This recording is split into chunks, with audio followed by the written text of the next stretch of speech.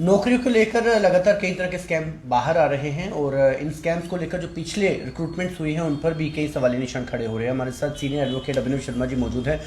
अभिनव जी, कई तरह के स्कैम हुए हैं और कई तरह के स्कैम्स का आप भी इशारा कर रहे हैं, लेकिन मैं सवाल उठाना चाहूँगा कि JKSSB को क्यों नहीं कटघरे में खड़ा किया जाए? आखिर यदि सारे स्कैम हो रहे हैं तो लायबिलिटी तो JKSSB को लेनी चाहिए। आखिर क्यों अभी तक CBI इंक्वायरी की मांग की जा रही है, बच्चों के स्क्रैप एग्जाम करने की बात की जा रही है? एक भी सवाल नहीं उठा कि आखिर JKSSB पर क्यों इंक्वायरी नहीं इनिशिएट होनी चाहिए, क्योंकि जिस रिक्रूटमेंट एजेंसी एग्जाम देने के लिए दिया गया वो ऑलरेडी ब्लैक लिस्टेड थी, कि कोई इस विषय में सवाल नहीं उठा रहा। तो बाकी चीज़ें तो चलती रहेंगी, लेकिन JKSSB की उन ब्लैक शिप्स को कौन पकड़ेगा जिन्होंने ये सारी धांधलियाँ फायर एंड इमरजेंसी डिपार्टमेंट से शुरू हुई हैं और अभी तक FAA तक जा रही हैं। और अभी कल ही एक नई रिक्रूटमेंट प्रोसेस 772 पोस्टों के लिए किया गया है, मांग की गई है। क्या श्योरिटी है कि उसकी भी जो है वो ट्रांसपेरेंट लेवल पे की जाएगी JKSSB को? देखिए हमें जी, ऐसा है, दो तरह की सिलेक्शन एजेंसीज होती हैं।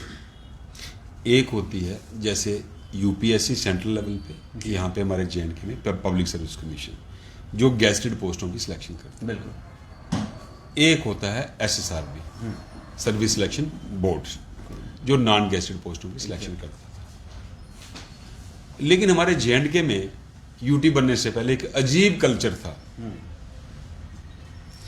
पुलिस डिपार्टमेंट कहता था हमारा अपना रिक्रूटमेंट बोर्ड होगा, तीसरा हो गया।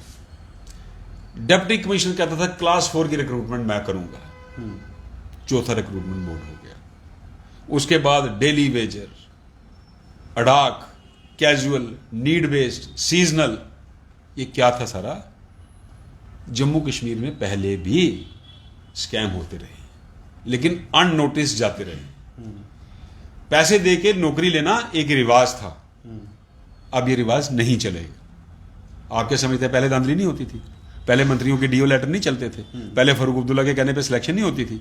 ये तो सब इंस्पेक्टर हैं, क्लरिकल पोस्टों के लिए लड़ रहे हैं। यहाँ पे पब्लिक सर्विस कमीशन में गेस्टेड पोस्टों पे लोग सिफारिशों पे लगे, सिलेक्ट हुए, चीफ सेक्रेटरी तक बन के रिटायर हुए, लेकिन कभी स्कैम अनर्थ नहीं हुए। अब अनर्थ होने लगे हैं। जैसा चीफ सेक्रेटरी कह रहे हैं, नौकरी अब सड़कों में नहीं बिकेगी, नौकरी अब मेरिट पे मिलेगी। तो जो आपने कहा कि SSRB कटघरे में क्यों नहीं आता, जो CBI को जो अब प्रोब गई है उसमें एक एक शख्स का रोल प्रोब होगा, और दूध का दूध और पानी का पानी। लेकिन सर वही तो समझना चाहता हूँ कि CBI इतना बड़ा कौन सा केस है कि CBI इंक्वायरी की, क्योंकि कब से मांग की गई है सेंट्रल गवर्नमेंट से, स्टेट गवर्नमेंट ने अपनी सिफारिश दे दी है कि आप CBI इंक्वायरी करिए। अब सेंट्रल गवर्नमेंट के ऊपर डिपेंड है। एक छोटी सी इंक्वायरी भी की जाए, शायद क्राइम ब्रांच में भी ये केस दिया जाए तो सॉल्व हो जाए। मुझे एक पुलिस ऑफिसर, मैं नाम नहीं लेना चाहूँगा, उन्होंने ये कहा कि यदि केस हमें ही दे दिया जाए तो हम ही व्हाट्सएप की सारी चीज़ें डिटेल निकाल कर 2 मिनट में ये सोल्यूशन हो सकता है, कहाँ से पैसे आए, कहाँ पर गए, किस तरह से हुआ, किस तरह से नहीं हुआ। तो इतनी कौन सी बड़ा वो है कि CBI की मांग की जाए, तो अभी तक उस मांग को पूरा भी नहीं किया जाता। और दूसरा उदाहरण है रसाना मामले में, अभी तक CBI इंक्वायरी नहीं हो पाई, तो हम कैसे एश्योर कर लेंगे इस मामले में भी CBI जल्दी हो पाएगी? देखिए ऐसा है, इन्वेस्टिगेटिंग एजेंसीज डिफरेंट तरह की होती हैं। एक नॉर्मल पुलिस स्टेशन के इन्वेस्टिगेटर्स होते हैं, एक क्राइम ब्रांच है। Crime branch particular cases investigate करती है, जैसे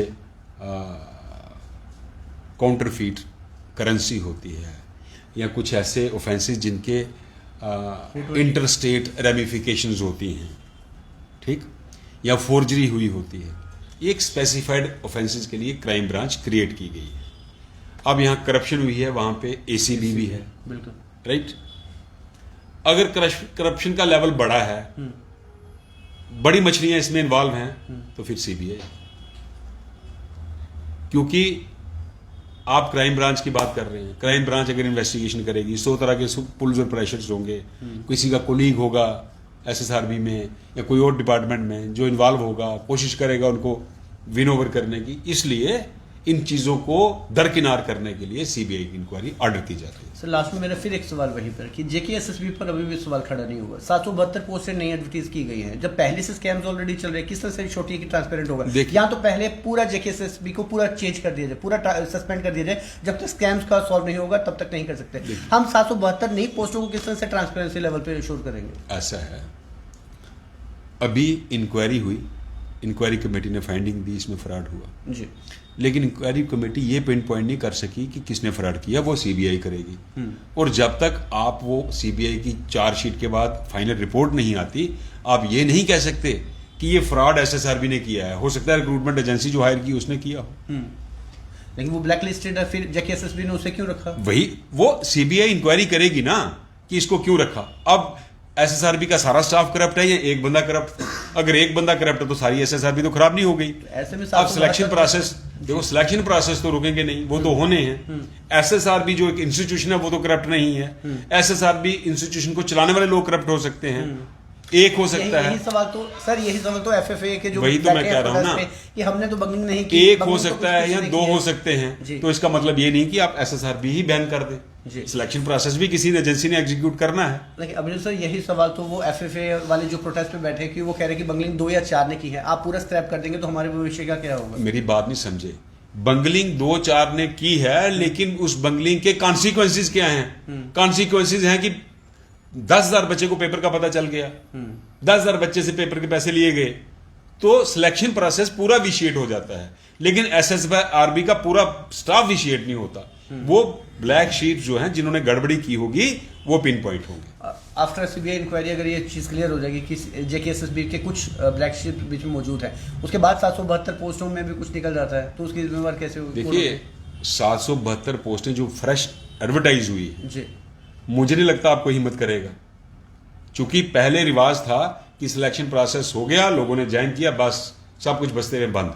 अब ये नहीं है। अब आप भी अवेयर हो गए हो, लोग भी अवेयर हो गए हैं। थोड़ी सी भी आवाज आती है तो मीडिया उसको कितना हाईलाइट करता है, दूध का दूध और पानी का पानी हो जाता है। अब जमाना बदल गया है। बहुत बहुत शुक्रिया। चलिए, उम्मीद करेंगे कि ये धांधली जो है, ये स्कैम्स का जो प्रचलन चल रहा है वो आगे ना बढ़े।